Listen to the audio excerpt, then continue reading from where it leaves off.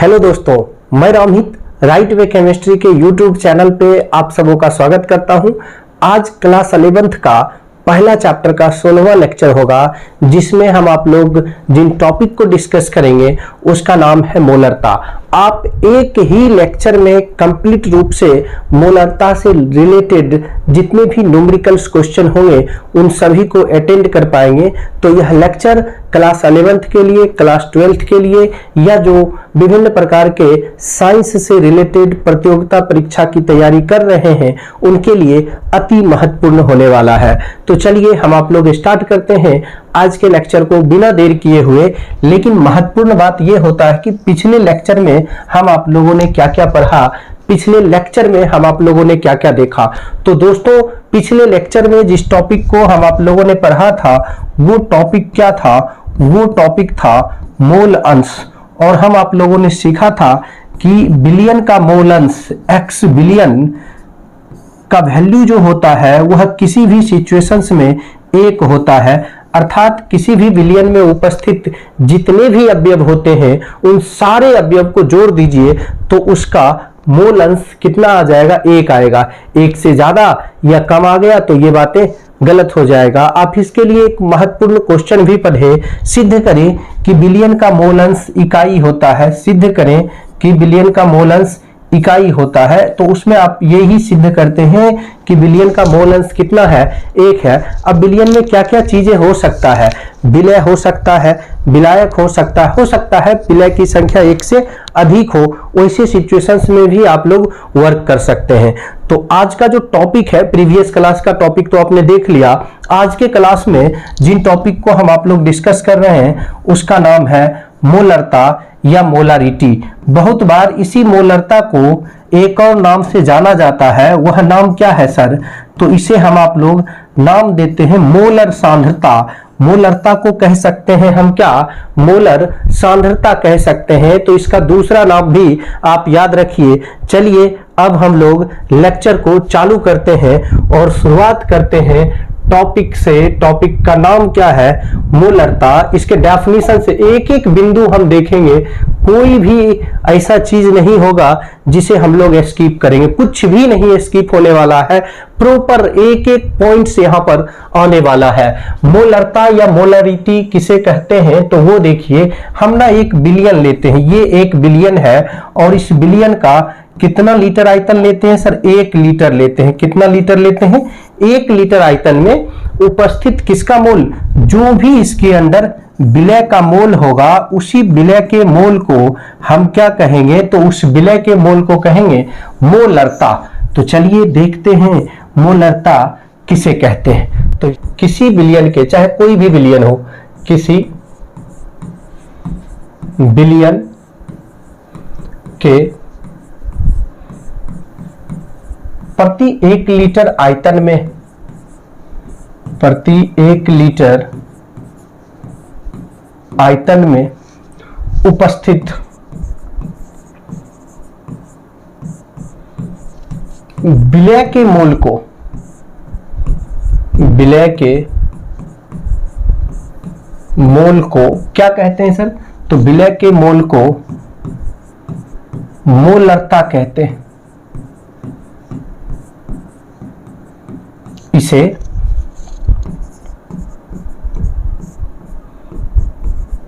Capital M से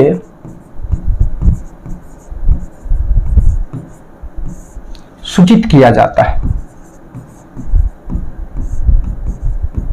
मोलरता का जो यूनिट होता है वह क्या होता है सर?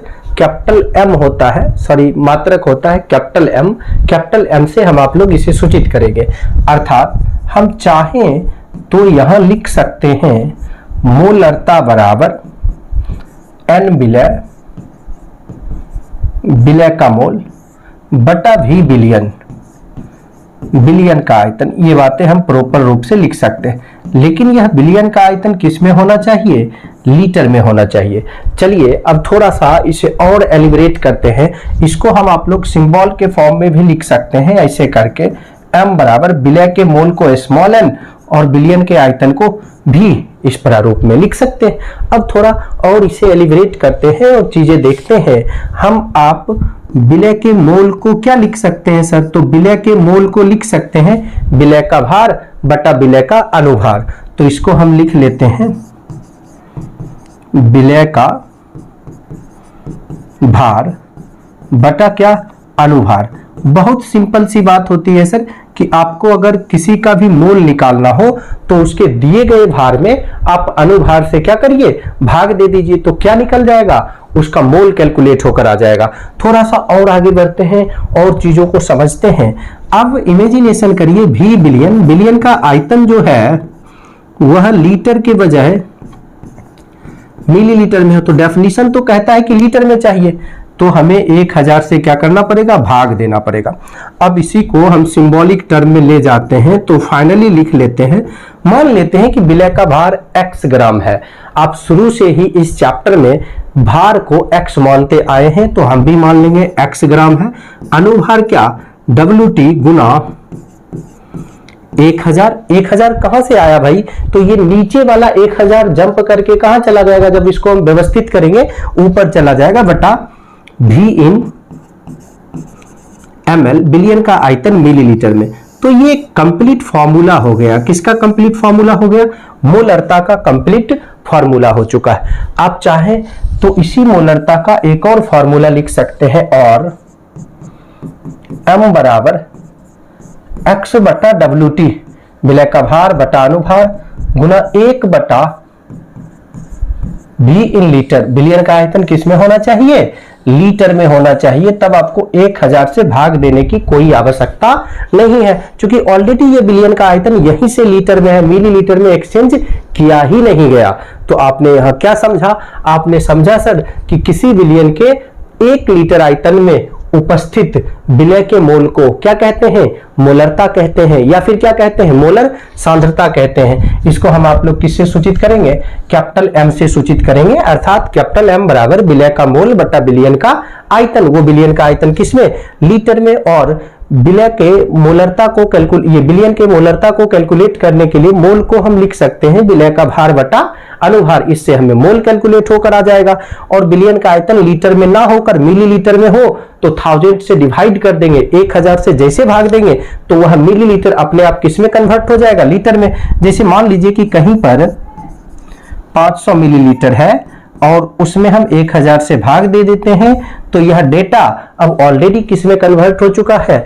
लीटर में। इसे अब अलग से लीटर में कन्वर्ट करने की कोई आवश्यकता नहीं होता है ना। सो नेक्स्ट इसी टर्म्स पे हमारा सिंबल आ गया। m बराबर विलय के भार को हमने x मान लिया, अनुभार को WT। सो x बटा WT गुना 1000 नीचे से ऊपर चला गया, 1000 बटा V इन ml। ये चीजें क्लियर हो चुका है। और कैपिटल M बराबर x बटा WT गुना 1000 बटा V इन लीटर। ये कंप्लीट हो चुका है, कंप्लीट सिंबल बन गया, कंप्लीट फॉर्मूला आ गया मोलरता का। तो मोलरता में यदि आप इतना बातें ध्यान रखते हैं तो और भी चीजें बेहतर हो सकता है। अब इस मोलरता का कुछ ना कुछ मात्रक होगा सर, तो हम यहां लिखते हैं सर कि मोलरता का मात्रक मोल प्रति लीटर होता है। अब काहे होता है?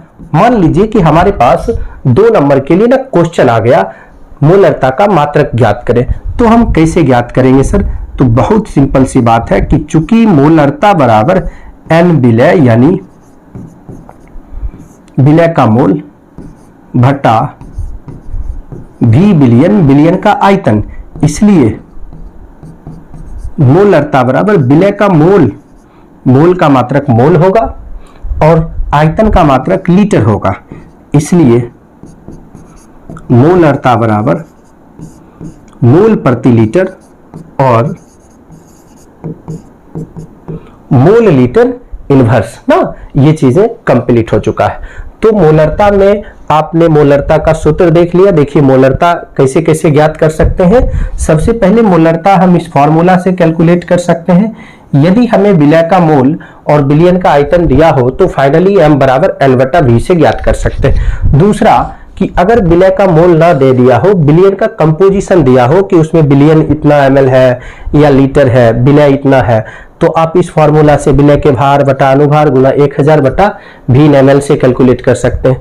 अगर आपका आयतन लीटर में है तो इस फॉर्मूला का उपयोग कर सकते हैं। विभिन्न तरीका से आप मोलरिटी कैलकुलेट कर सकते हैं और मोलरिटी का प्रॉपर जो मात्रक निकल के आया वह मात्रक क्या आ गया है सर, मोल प्रति लीटर आ गया है। चलिए अब आगे बढ़ते हैं और आगे के सिचुएशंस को देखते हैं। यहां तक आपको 2-3 बातें ध्यान में रखना है भाई। कौन कौन सा? तो पहला बातें आपको ये ध्यान में रखना है कि मोलरता का पहला सूत्र हो गया N बटा V, दूसरा सूत्र हो गया M बराबर X बटा WT गुना 1000 बटा V in ml, तीसरा सूत्र हो गया M बराबर X बटा WT गुना 1000 बटा V in L litre, sorry यहाँ पर 1000 नहीं होगा, 1 बटा V in लीटर, जब लीटर में हो तब 1000 नहीं। और इन तीनों कंडीशंस में आप किसी भी कंडीशन से कैलकुलेट करिए, मात्रक में कोई फर्क नहीं पड़ेगा। मात्रक क्या होगा? मोल प्रति लीटर। तो फॉर्मूला का पता होना बहुत आवश्यक होता है यदि आप न्यूमेरिकल्स क्वेश्चन बनाना चाहते हैं। बिना फॉर्मूला पता रहे आप न्यूमेरिकल्स क्वेश्चन को बिल्कुल भी नहीं बना सकते हैं। तो चलिए दोस्तों थोड़ा सा और आगे बढ़ते हैं और इस पर जो न्यूमेरिकल्स क्वेश्चंस पॉसिबल है उस न्यूमेरिकल्स क्वेश्चंस को मैं आपको करवा के दिखाता हूं। प्रत्येक टॉपिक के ऊपर आपको न्यूमेरिकल्स क्वेश्चन मिलेगा ताकि आप एक एक चीज को बेहतर रूप से सीख सकें। जैसे कि देखिए किसी बिलियन के 1.6 लीटर आयतन में 40 ग्राम कास्टिक सोडा घुला है तो बिलियन का मोलरता ज्ञात करें। एक बिलियन है सर, बिलियन दो चीजों से मिलकर बना है, एक है कास्टिक सोडा और ये कास्टिक सोडा का कौन सा बिलियन है? तो दोस्तों ये कास्टिक सोडा का जलीय बिलियन है, तो विलायक इसका जल होगा। और ये दोनों मिलकर क्या बना लिया? ये दोनों मिलकर ना बिलियन बना लिया। इसमें ये विलय कितना ग्राम है? 40 ग्राम है। और बिलियन कितना लीटर है? तो 1.6 लीटर है। आप इसको चाहें तो लीटर को मिलीलीटर में बदल दीजिए, 1600 मिलीलीटर हो जाएगा। मन करे तो बदलिए, नहीं तो नहीं बदलिए, कोई तनाव नहीं है, कोई बिल्कुल भी आवश्यकता नहीं है। इन बातों का प्रॉपर ख्याल रखिए सर। थोड़ा सा और आगे बढ़ते हैं।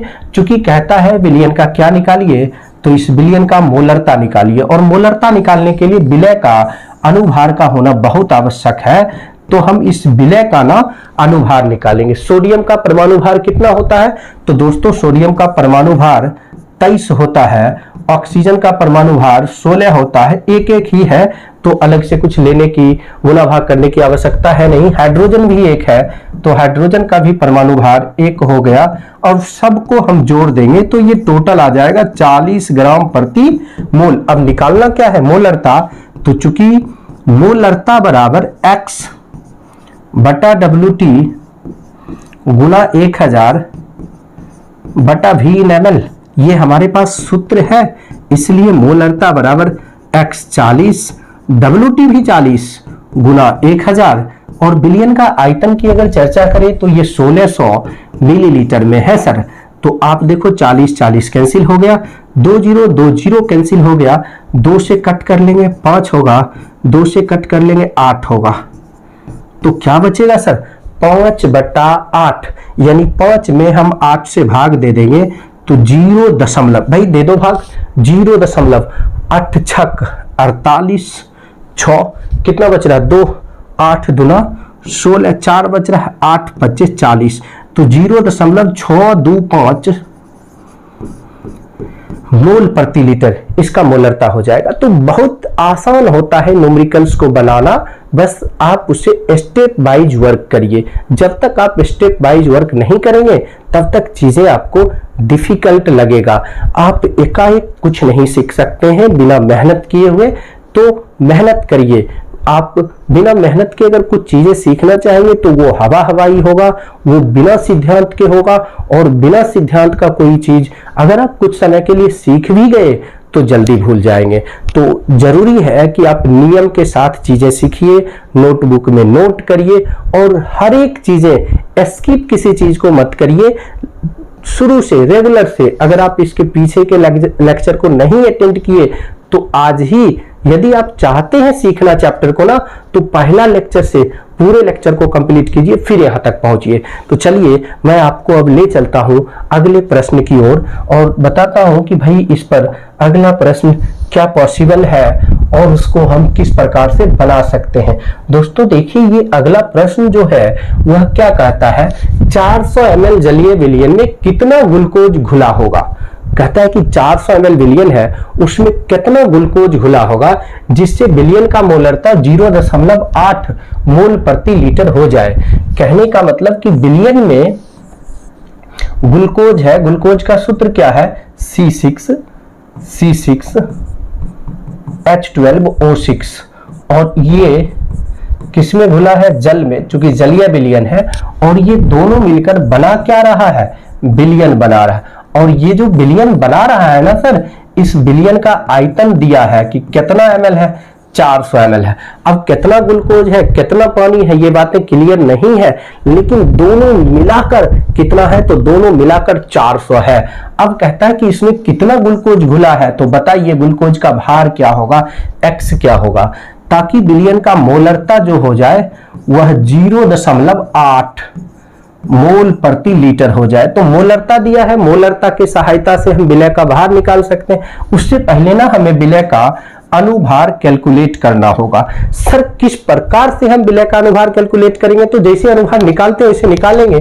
कार्बन का परमाणु भार 12 होता है, 6 गो कार्बन है तो बरछक 72। हाइड्रोजन का परमाणु भार 1 होता है, 12 गो हाइड्रोजन है तो प्लस 12। ऑक्सीजन का परमाणु भार 16 होता है, 6 गो ऑक्सीजन है, सलछक 96। सबको ना हम प्रॉपर रूप से क्या करेंगे, ऐड कर देंगे, 180 ग्राम प्रति मोल, ये इसका अनुभार आ जाएगा। अब मोलरता का फॉर्मूला यूज करेंगे। मोलरता का फॉर्मूला क्या है सर, तो M बराबर X बटा WT गुना 1000 बटा क्या, V इन ml। बिल्कुल इसी सूत्र का उपयोग करते हुए हम लोग काम करना चालू करेंगे। तो मोलरता का मान कितना दिया है, 0.8, हमें x निकालना है और अनुभार कितना आया है, 180 गुना कितना, 1000 बटा कितना सर, 400। अब ध्यान से देखिए सर, 10 20 खत्म ना, टाटा बाय बाय हो गया इसका। सो फाइनली x बराबर 0.8 गुना 18 चौका 18 दूना 36, भाई 36 दूना 72, 18 चौका 72, ये 72 हो गया इतना ग्राम।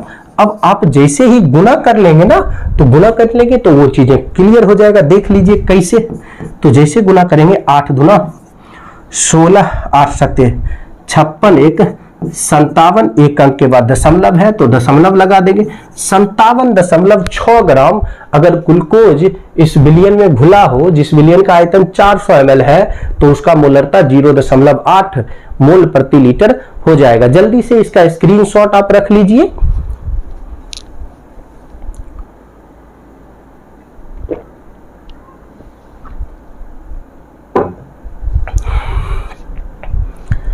चलिए थोड़ा और आगे बढ़ते हैं। बिल्कुल आसान क्वेश्चंस है।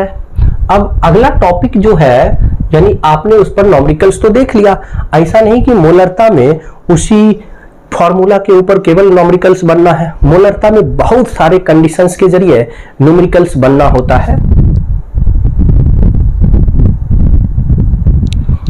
तो उन कंडीशंस को यदि हम अप्लीकेबल कर लें तो न्यूमेरिकल्स जैसा चीजें और आसान और मजेदार हो जाएगा। जैसे कि देखिए, मोलरता एवं घनत्व में संबंध, relation between molarity and density, अगर ये चीजें भी हम क्लियर कर लें तो इस पर हमें न्यूमेरिकल्स बनाने में और ज्यादा मजा आने वाला है। कैसे, देखो सर, सबसे पहले हम चलेंगे मोलरता से। अगर हम मोलरता से चलें और मोलरता से चलकर अपना फॉर्मूला तैयार करें कि चूंकि M बराबर X बटा WT गुना 1000 बटा V इन ml, इसे हम कर लेते हैं समीकरण फर्स्ट। अब हम आप लोग चलते हैं घनत्व से कि चूंकि घनत्व बराबर द्रव्यमान बटा आयतन। देखिए, हम M इसलिए नहीं मान रहे हैं कि पहले से M माना हुआ है, तो घनत्व बराबर द्रव्यमान बटा आयतन, इसलिए आयतन बराबर द्रव्यमान बटा घनत्व। लेकिन इन सब चीजों का ख्याल रखना है कि यहाँ पर द्रव्यमान ग्राम में होना चाहिए और घनत्व ग्राम प्रति ml में होना चाहिए। अब इन वैल्यू को हम समीकरण फर्स्ट में रख लेते हैं। v का मान समीकरण फर्स्ट में रखने पर, ये बहुत शानदार चीजें हैं, बहुत सारे टॉपिक को बिल्कुल क्लियरिफाई करके आपके सामने ला देगा, जस्टिफाई करेगा, उसे प्रमाणित करके आपको दिखाएगा। तो जैसे ही v का मान समीकरण फर्स्ट में रख दीजिएगा तो आप क्या कर सकते हैं कि चूंकि m बराबर x बटा WT गुना 1000 बटा v इन ml, इसलिए m बराबर x बटा WT गुना 1000। अब v के जगह पर आप क्या लिख सकते हैं सर, W बटा D। अब जैसे इसको हम अरेंज करेंगे ना, कंप्लीट फॉर्म में ला देंगे, तो देख लीजिए सर क्या होने वाला। सो फाइनली हो जाएगा m बराबर x बटा WT गुना 1000 बटा W इन ग्राम। इन बातों का ख्याल रखिए। वेट जो होगा यहाँ पर बिलियन का, W बिलियन का वेट है और ये वेट आपको ग्राम में लेना पड़ेगा। कैसे वेट है, तो घनत्व बराबर द्रव्यमान बटा आयतन। तो चूंकि बिलियन का घनत्व होगा तो बिलियन का द्रव्यमान और बिलियन का आयतन यूज करेंगे, बिलियन का आयतन होगा तो बिलियन का द्रव्यमान और बिलियन का घनत्व यूज होगा ना, बटा। अब ये D बटा का बटा है तो ऊपर जाकर मल्टीपल सेक्शन में आ जाएगा, यहां हो जाएगा D, और ये घनत्व जो होना चाहिए वह होना चाहिए ग्राम प्रति ml में। तो लीजिए एक और फॉर्मूला बनके तैयार है। इस फॉर्मूला से विशेष तौर पर कंपटीशन एग्जामिनेशन में पूछे जाने वाले न्यूमेरिकल्स क्वेश्चन को आप बना सकते हैं। तो सबसे पहली बात कि इसे आप कॉपी में विधिवत रूप से लिख दीजिए, फिर इस पर होने वाले न्यूमेरिकल्स क्वेश्चन को हम आप लोग डिस्कस करेंगे। तो आराम से लिखिए, वीडियो को रोकिए, स्किप कीजिए और शांति से लिखने के बाद फिर वीडियो को प्ले करके आगे देखिए। चलिए मैं अब ले चलता हूं इससे रिलेटेड न्यूमेरिकल्स क्वेश्चन के ऊपर। जैसे कि अब इससे रिलेटेड न्यूमेरिकल्स क्वेश्चन थोड़ा अतरंगी टाइप का आपको दिख सकता है भाई, क्यों? क्योंकि ये टॉपिक ही थोड़ा सा शानदार था। कंपटीशन से रिलेटेड क्वेश्चंस इसमें पूछे जाएंगे। देखिए क्या कहता है, शुद्ध जल का मोलरता ज्ञात करें यदि जल का घनत्व 1 किलोग्राम प्रति लीटर हो। भाई ध्यान से समझिए, जल का जो घनत्व है, डेंसिटी है, वह क्या है, 1 किलोग्राम प्रति लीटर। ये बातें बिल्कुल क्लियर है। अब कहता है कौन सा है, शुद्ध जल है। उस शुद्ध जल में कहीं कुछ नहीं मिला है, तो शुद्ध जल के लिए विलय का भार, x का भार। अब चूंकि शुद्ध जल है, जो विलय होगा वही विलायक होगा, वही विलयन, सब कुछ वही होगा। क्यों वही होगा सब कुछ? चूंकि शुद्ध जल है ना। यही बातें आपको डिस्कस करना है, यही बातें आपको समझना है। अब मान लेते हैं कि विलय का जो भार है वह आयतन हम ये द्रव्यमान ले लेते हैं 1 किलोग्राम। जरूरी नहीं है 1 किलोग्राम, आप जिन वेट में रखना चाहे रख सकते हैं, ठीक है, जिस कंडीशंस में रखना चाहे रख सकते हैं। 1 किलोग्राम का मतलब क्या हो गया, 1000 ग्राम। 1 किलोग्राम का मतलब क्या हो गया, 1000 ग्राम। अब थोड़ा सा और आगे बढ़ते हैं और चीजें देखते हैं सर कि मोलरता निकालने के लिए फॉर्मूला क्या था। अच्छा, शुद्ध जल है ना H2O, तो मोलरता निकालने के लिए अनुभार तो चाहिए, इसका अनुभार निकाल लीजिए। अनुभार कैसे निकालिएगा सर, तो हाइड्रोजन 2 गो है तो 2 हो गया, ऑक्सीजन 1 है, ऑक्सीजन का परमाणु भार 16, टोटल मिलाकर 18 ग्राम प्रति मोल। अब निकालना क्या है, तो इसका ना मोलरता कैलकुलेट करना है। जिस जल का घनत्व 1 किलोग्राम प्रति लीटर है उसका हमें मोलरता निकालना है। तो मोलरता के लिए हमारे पास सूत्र क्या है, m बराबर x बटा WT गुना 1000 बटा V इन ml। लेकिन आप सिचुएशन तो देख लो सर, V इन ml वाला सिचुएशन है नहीं है, यहाँ पर घनत्व दिया हुआ है और चूंकि विलय का भार जो आपने माना है वही बिलियन का भी भार होगा, तो बिलियन भी हम ले लेते हैं। 1 किलोग्राम, 1 किलोग्राम का मतलब 1000 ग्राम हो जाएगा।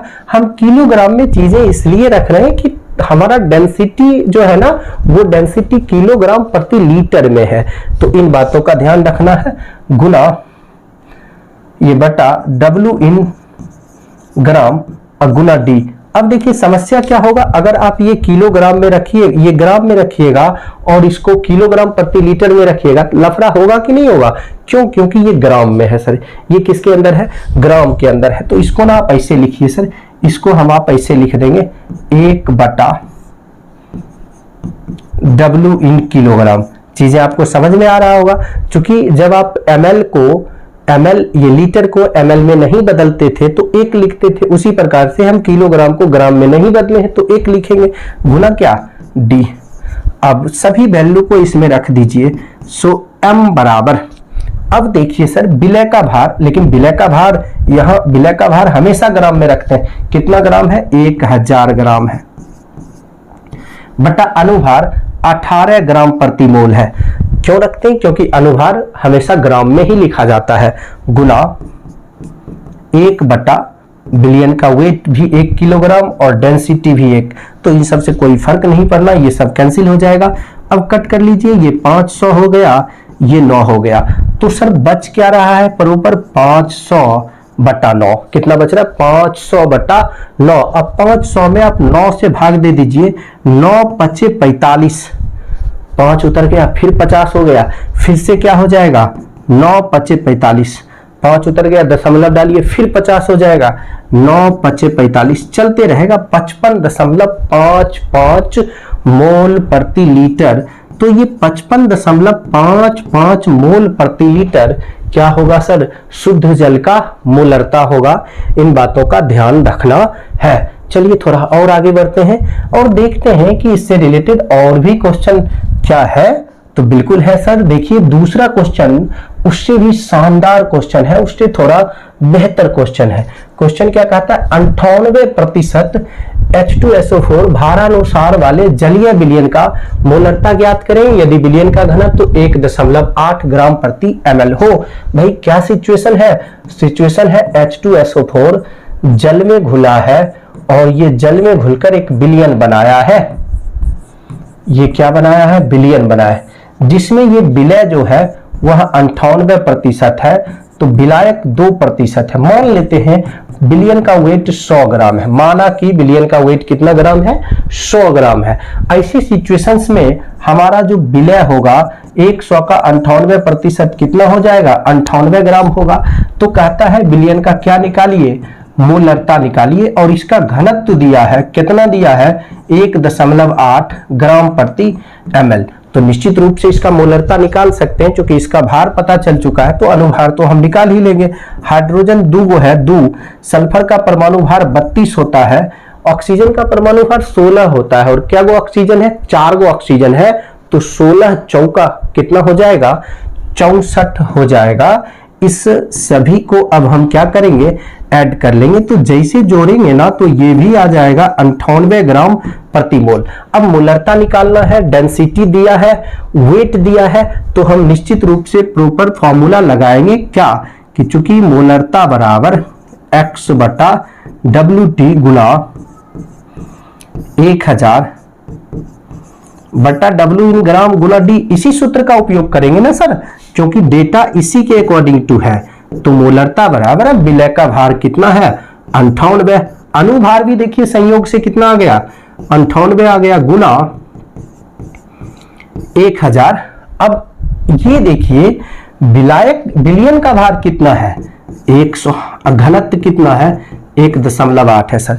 लीजिए ये कट गया, ई पॉइंट भी कट गया, तो तीनों जीरो खत्म, बच कितना गया? 18 मोल प्रति लीटर। अब देखिए इसी 18 मोल प्रति लीटर को क्या लिख दिया गया? 18 मोलारिटी लिख दिया गया ना। तो इस प्रकार से आप मोलरता कैलकुलेट कर सकते हैं। तो आपने अभी तक मोलरता के 2 सिचुएशंस को देखा है कैलकुलेट करने के तरीका के जरिए। एक द्रव्यमान दिया हो फिर भी हम निकाल सकते हैं घनत्व की सहायता से, और दूसरा आयतन दिया हो तो उसमें हम कैलकुलेट कर ही सकते हैं, उसको भी हम आप लोगों ने कैलकुलेट किया है। चलिए थोड़ा और आगे बढ़ते हैं और आगे देखते हैं कि भाई और क्या क्या चीजें इसके अंदर हमने डिस्कस करना है। तो लीजिए अगला टॉपिक हम आप लोगों के पास आ गया मोलरता में कि विलयन के मिश्रण का मोलरता। ये एक शानदार टॉपिक है। ये शानदार टॉपिक क्यों है जरा ध्यान से समझिए। इसके लिए ना मैं आपको एक कहानी सुनाता हूं। दो मित्र थे, एक का नाम क्या था, गोलू, और दूसरा का नाम क्या था, तो दूसरा का नाम था ढोलू। तो गोलू और ढोलू बहुत अच्छे मित्र थे। दोनों साथ साथ नहाते थे, खाते थे, धोते थे। नहीं, खाने तक ठीक है, रहना तक ठीक है, धोना नहीं। तो फिर भी ठीक है ना, फिर भी ये दोनों बहुत अच्छे मित्र थे। दोनों ने एक दिन स्कूल से आने के बाद विचार किया कि हमें शरबत बनाना है। तो गोलू थोड़ा कंजूस था और ढोलू उतना ही दिलेर था। तो गोलू ने 1 लीटर बिलियन बनाया। कितना लीटर? 1 लीटर बिलियन बनाया। ठीक है, कुछ चीनी डाला होगा, कुछ पानी डाला होगा। ढोलू ने भी 1 लीटर बिलियन बनाया। ये भी कुछ चीनी डाला, कुछ पानी डाला। गोलू के बिलियन का मोलरता यानी मिठास जो था वह बहुत अधिक था। क्या था? बहुत अधिक। इतना अधिक था कि गोलू कंजूस था ना, गोलू कंजूस था, इसका मिठास अधिक नहीं होगा, इसका मिठास बहुत कम होगा। गोलू के शरबत का मिठास बहुत कम था। चूंकि गोलू थोड़ा कंजूस था, इसने चीनी थोड़ा कम डाला।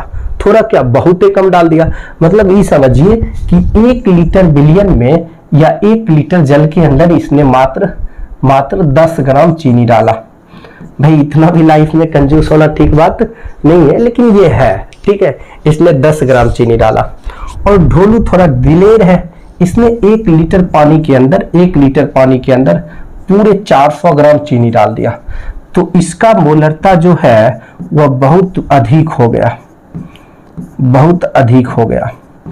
तो अब सिचुएशन ये क्रिएट हुआ कि गोलू को शरबत पीने में आनंद नहीं आ रहा है। क्यों? क्योंकि मीठा नहीं है। और ढोलू इतना मीठा शरबत बना लिया है कि वह मिठास की वजह से पी नहीं पा रहा है। अब चूंकि दोनों एक साथ खाता है, एक साथ नहाता है, एक साथ रहता है, सब कुछ एक साथ करता है। तो ऐसे सिचुएशंस में दोनों ने इस बात का फैसला लिया कि ऐसा करते हैं, दोनों शरबत को मिला देते हैं। थोड़ा बहुत केमिस्ट्री का समझ था इस दोनों को। तो दोनों ने जैसे शरबत को मिलाया तो अब बिलियन का मिठास जो है बहुत कम से अधिक हो गया और बहुत अधिक से कम हो गया। मतलब औसत हो गया। क्यों औसत हुआ? अरे सिंपल सी बात है, ये बहुत मीठा था और इसमें मिठास था ही नहीं, तो उसका मिठास इसके अंदर बट गया ना, बंटवारा हो गया। तो इसके मिठास में कमी हो गई और इसके मिठास में वृद्धि हो गई। इसी बात को हम आप लोग डिस्कस करेंगे बिलियन के मिश्रण के मोलरता में। तो बिलियन के मिश्रण का जो मोलरता होता है ना, वह अवयवी बिलियन के, कौन से बिलियन के? अवयवी बिलियन के मोलरता के योगफल के औसत होता है। अवयवी बिलियन के मोलरता के योगफल का औसत होता है। अब इन औसत को हम कैसे कैलकुलेट करते हैं, उन बातों को भी समझना बहुत आवश्यक है। भाई हम मान लेते हैं, क्या मान लेते हैं कि हम जो बिलियन बना रहे हैं, जैसे बिलियन 1 में हम मिक्स कर रहे हैं क्या, बिलियन 2, इसी प्रकार से अंत में जो बिलियन मिक्स करते हैं वह क्या है, बिलियन n है। और इससे बनाते हैं बिलियन का मिश्रण। इससे हम क्या बना देते हैं, बिलियन का मिश्रण बनाते हैं। अब एक एक चीज को ध्यान से समझना है। इसका आयतन होगा V1, मोलरता M1। इसका आयतन V2, मोलरता M2। इसका आयतन Vn, मोलरता Mn। इसका आयतन V और मोलरता M। अब चीजें समझिए। इसमें जो विलय है उस विलय का मोल है N1, इसमें जो विलय है उसका मोल है N2, इसमें जो विलय है उसका मोल है Nn, और इसमें जो विलय है उसका मोल है N। भाई मैं क्या बता रहा हूं, देखिए सब में पानी ऐड होगा, चीनी ऐड होगा, मतलब सभी के विलयन का आयतन जुड़ जाएगा और विलय का मोल जुट जाएगा। तो विलयन के मिश्रण में उपस्थित विलय का मोल अवयवी विलयन के विलय के मोल के योगफल के बराबर होगा।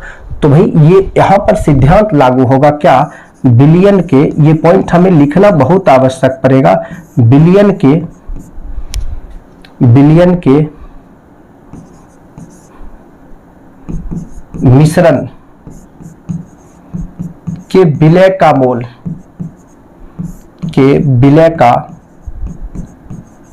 बिलियन के मिश्रण के विलय का मोल अवयवी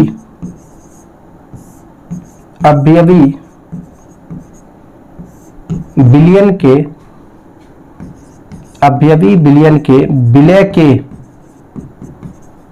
मोल के योगफल के, मोल के किसके, योगफल के, मोल के योगफल के क्या होता है, बराबर होता है। चीजें बहुत सिंपल है सर, चीजें बहुत सिंपल है। यहां बोल रहा है कि n जो होगा वह n1 plus n2 plus dot dot dot n के बराबर होगा ना। बहुत सिंपल से टर्म्स में इन बातों को समझाया जा रहा है, बोला जा रहा है। अब एक्चुअल में ये n का वैल्यू क्या है, तो जस्ट अभी आपने पढ़ा मोलरता बराबर n बटा v, इसलिए n बराबर mv, यानी ये फॉर्मूला पहले से पढ़ चुके हैं। अभी जस्ट आपने शुरुआत में इसी पॉइंट्स को डिस्कस किया, मोलरता के डेफिनेशन से ही आया था कि बिलियन के 1 लीटर आयतन में उपस्थित विलय के मोल को क्या कहते हैं, मोलरता कहते हैं। सो सर इसी के अकॉर्डिंग टू हमने काम करना है, इसलिए अब n के जगह हम क्या लिख सकते हैं, m भी लिख सकते हैं। क्या लिख सकते हैं, m भी लिख सकते हैं। तो m भी बराबर n1 के जगह पर m1 v1, m2 के जगह पर n2 के जगह पर m2 v2 plus dot dot dot dot dot dot n के जगह पर mn vn, ऐसा लिख सकते हैं। इसलिए m बराबर, अब प्रॉपर रूप से इसको देखिए तो m बराबर मिश्रण का मोलरता हो जाएगा m1 v1 plus m2 v2 plus dot dot dot mn dot vn बटा क्या, v। अब यहां समझना बहुत महत्वपूर्ण ये है समझना यहाँ पर कि ये v क्या है। तो v होगा v1 plus v2 plus v3 plus v4, यानी जितने भी बिलियन होंगे उन सभी के आयतन को यदि हम जोड़ देंगे तो वह मिश्रण के आयतन के बराबर होगा। अरे सिंपल सी बात था भाई कि गोलू का 1 लीटर और ढोलू का 1 लीटर, टोटल मिलाकर कितना लीटर, 2 लीटर।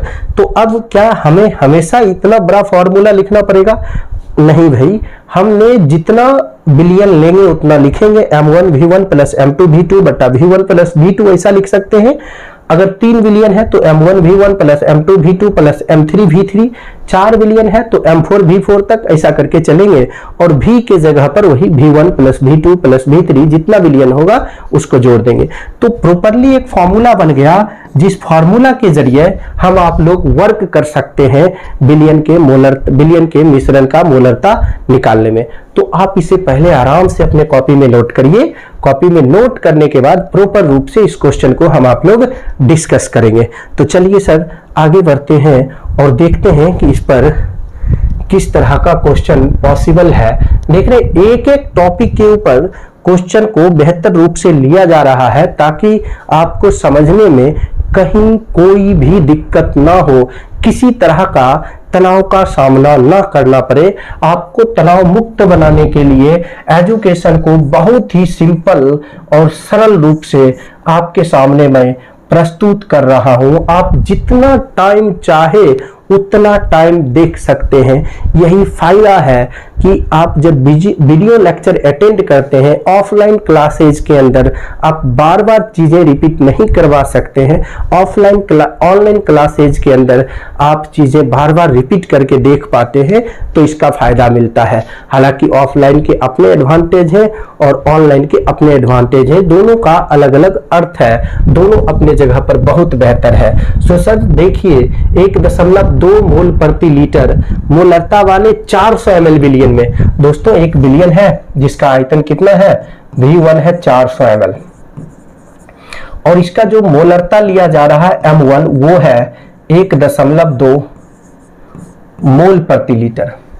वाले विलियन में 2.4 मोल प्रति लीटर वाले 600 ml विलियन को भाई एक दूसरा विलियन है जिसका है 600 ml और मोलरता है M2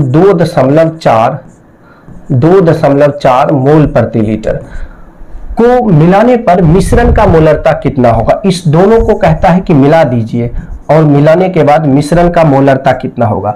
तो मैं एक बात पहले यहां बता देना चाहता हूं, इस क्वेश्चन को सॉल्व करने से पहले वो बातें ये कि हमने आपको शुरू में कहा कि कम मोलरता से अधिक हो जाएगा और अधिक मोलरता से कम हो जाएगा। तो कम मोलरता हमारे पास 1.2, अधिक मोलरता है हमारे पास 2.4। तो मिश्रण का जो मोलरता प्रॉपर रूप से आएगा ना, वो इस दोनों के बीच में आएगा। सर इस दोनों के बीच में आया तो सही है, नहीं आया तो गलत है। इन बातों को आप पहले ही आप आइडेंटिफाई कर लीजिए।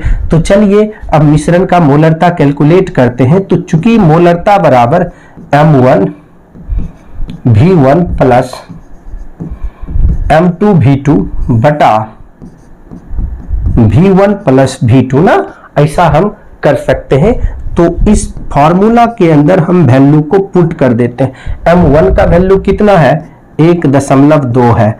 V1 का वैल्यू कितना है दोस्तों 400 है। M2 का वैल्यू कितना है 2.4 है। V2 का वैल्यू कितना है 600 है, गुना 600 है बटा V1 प्लस V2 तो 400 अब प्लस क्या 600। अब इसे हमें प्रॉपर रूप से सॉल्व करना है और चीजें देखना है। इस पॉइंट को उड़ाएंगे 1 0, इस पॉइंट को उड़ाएंगे 1 0। अब देख लो चल बर चौका 48 भाई 480 प्लस 24 को 6 से गुना करना है ना, 0 का 0 हो गया। 6 चौक 24, 2 6 दूना 12, 2 कितना 14 हो गया। अब इस पूरे को हम जोड़ लेते हैं। 400 और 600 कितना हो गया सर 1000। बिल्कुल शांति से कैलकुलेशन करना। कैलकुलेशन ही तो एक ऐसा चीज है जिसे पूरा शांति से करना चाहिए, नहीं तो आपके आंसर में ना अशांति फैल जाएगा। आप अपने आंसर में अशांति मत फैलाना। शांति चाहते हो, आंसर में शांति साथ चाहते हैं आप, तो पूरे शांत तरीका से क्वेश्चन को सॉल्व करिए और कैलकुलेशन में कोई धड़फड़ाहट ना दिखाइए, पूरा शांति से कैलकुलेट करिए। अब जोड़ लेते हैं सर, जोड़ लेते हैं और देखते हैं हमारे आंसर में शांति है या नहीं है। 8 4 12 भाई 0, 8 4 12 बाकी 1, फिर 4 4 8 1 9 और 1 बटा कितना 1000। सर ये 0 0 कैंसिल। अब 192 में हम 100 से भाग दे देंगे तो 1.92 मोल प्रति लीटर। लीजिए यहां भी हमारे आंसर में शांति अवेलेबल है। तो आप भी चाहते हैं कि आपके आंसर में शांति अवेलेबल रहे, तो बिल्कुल शांतिपूर्ण तरीका से आंसर क्वेश्चन को सॉल्व करिए ताकि आंसर शांतिपूर्ण तरीका से मिल पाए। चलिए थोड़ा और आगे बढ़ते हैं, देखते हैं कहीं इस पर और एक्स्ट्रा क्वेश्चन हमने लिखा हो, शायद नहीं होगा फिर भी देख लेते हैं। चलिए सर, नहीं सर बिल्कुल नहीं है, इस पर एक ही क्वेश्चन लिखा हुआ था। अब मैं आपको आगे लेकर चलता हूं और दिखाता हूं क्या है कि भाई अगला टॉपिक है हम आप लोगों के पास विलियन के मोलरता पर ताप का प्रभाव, effect of temperature on the molarity of solution, on the molarity of solution. विलियन के मोलरता पर ताप का प्रभाव, ये हमारा टॉपिक है और इस टॉपिक को हमने आगे कंटिन्यू करना है। देखिए हम ये कह सकते हैं कि विलियन का मोलरता ताप में परिवर्तन के कारण परिवर्तित हो जाता है। क्यों? क्योंकि मोलरता को आयतन के सापेक्ष व्यक्त करते हैं। भाई बात को ध्यान से समझो। मोलरता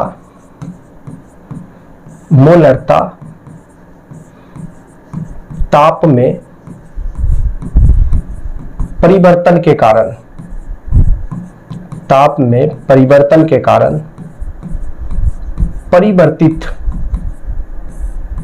परिवर्तित हो जाता है, परिवर्तित हो जाता है, क्योंकि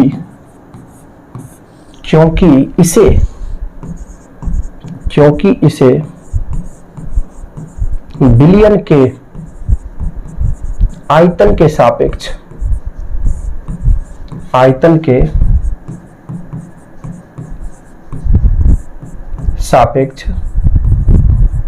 व्यक्त किया जाता है। तो इसको हम आप लोग रिप्रेजेंट करेंगे बिलियन के आयतन के सापेक्ष, इसलिए यह ताप में परिवर्तन के कारण क्या होगा, परिवर्तित हो जाएगा। अब सिचुएशन देखिए ऐसा क्यों है सर, तो चूंकि m बराबर n/v, इसलिए अब है क्या सर कि आपने पढ़ रखा है कि आयतन समानुपाती ताप, आयतन बढ़ेगा तो ताप बढ़ेगा। अब अगर ताप समानुपाती आयतन, अगर ताप बढ़ेगा तो आयतन बढ़ेगा। अब सोच के देखिए सर, ताप अगर बढ़ रहा है तो आयतन बढ़ रहा है, और आयतन बढ़ेगा तो मोलरता ऑलरेडी क्या होगा, घट जाएगा। समझ में आ रही बात, ताप बढ़ने से मोलरता क्या होगा, घट जाएगा। इन बातों का ख्याल रखिएगा तो एक प्रॉपर रिलेशन आ गया। ऑब्जेक्टिव क्वेश्चन के लिए बहुत अच्छा पॉइंट होता है, क्या मोलरता ताप पर निर्भर करता है, बिल्कुल निर्भर करता है ना, तो इन बातों का ध्यान रखना है सर। चलिए थोड़ा और मैं आगे ले चलूं, अब इन पर एक फॉर्मूला और डिस्कस कर लेते हैं, उन फॉर्मूला के जरिए चीजें समझने का प्रयास करेंगे। वो क्या होगा सर, वो क्या होगा, वो ये होगा कि सिचुएशन कभी कभी ना ऐसा होगा कि मान लीजिए हमारे पास एक विलय है और वह विलय जल में घुला हुआ है। वह विलय किसमें घुला हुआ है, जल में घुला हुआ है, और जल में घुलकर क्या बनाया है, विलयन बनाया है। जल में घुलकर क्या बनाया है, विलयन बनाया है। अब मानते हैं सर कि इस बार विलय हमारे पास x ग्राम है और जल जो है 500 ml है। जल कितना ml है, 500 ml है। तो विलयन का मोलरता m1 है। अब हम क्या करते हैं, विलय को x ग्राम ही रहने देते हैं और विलयन के ये जल के आयतन में 100 ml की वृद्धि करके इसके आयतन को कंप्लीट कर देते हैं 600 ml। बात को ध्यान से समझिए, इसके आयतन को 500 ml से बढ़ाकर कितना कर देते, 600 ml कर देते। तो मोलरता तो बदलेगा ना, मोलरता हो जाएगा m2। तो हमारा हेडिंग क्या बनना चाहिए सर, हेडिंग बनना चाहिए विलय के समान मात्रा के लिए, विलय के समान मात्रा के लिए आयतन एवं मोलरता में संबंध। तो हमारा जो अगला टॉपिक होगा उस टॉपिक का जो हेडिंग बनेगा सर, इसको पहले हटा लीजिए। ये हेडिंग हम पढ़ चुके हैं, इसको हम यहाँ से भाई रिमूव तो कर नहीं सकते, तो हमने कट कर दिया। तो हमारा हेडिंग होगा, सबसे पहले हेडिंग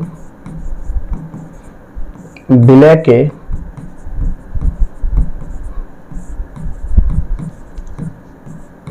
समान मात्रा के लिए, विलय के समान मात्रा के लिए मोलरता एवं आयतन में संबंध। मान लेते हैं सर सिचुएशन, माना कि यहां से एक एक चीजें ना, माना कि V1 आयतन पर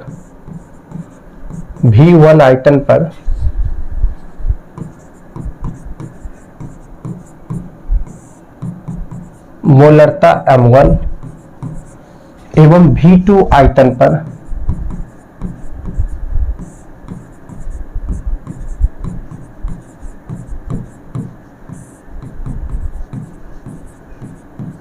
मोलरता क्या होता है, m2 है। अब अकॉर्डिंग टू क्वेश्चन या अकॉर्डिंग टू सिचुएशन, अब देखिए अकॉर्डिंग टू सिचुएशन, सिचुएशन क्या कहता है, सिचुएशन कहता है कि n1 विलय के समान मात्रा के लिए, तो विलय का मोल बदला नहीं है, तो जो मोल पहला सिचुएशन में है वही मोल दूसरा सिचुएशन में भी है। तो n1 बराबर क्या है, n2 है। अब n1 के जगह पर हम क्या लिख सकते हैं, m1 v1 बराबर क्या, m2 v2। तो इस फॉर्मूला का उपयोग भी मोलरता कैलकुलेट करने में किया जाता है। आप इसे अपने कॉपी में नोट कर लीजिएगा। समझ में आ गई बातें? तो ये था आज का लेक्चर मोलरता, जिसे आप देख पा रहे थे। आप इसी प्रकार से यदि कंप्लीट रूप से चैप्टर्स पढ़ना चाहते हैं तो जुड़िए राइट वे केमिस्ट्री के यूट्यूब चैनल से। तब तक के लिए आप सबों को बहुत बहुत धन्यवाद।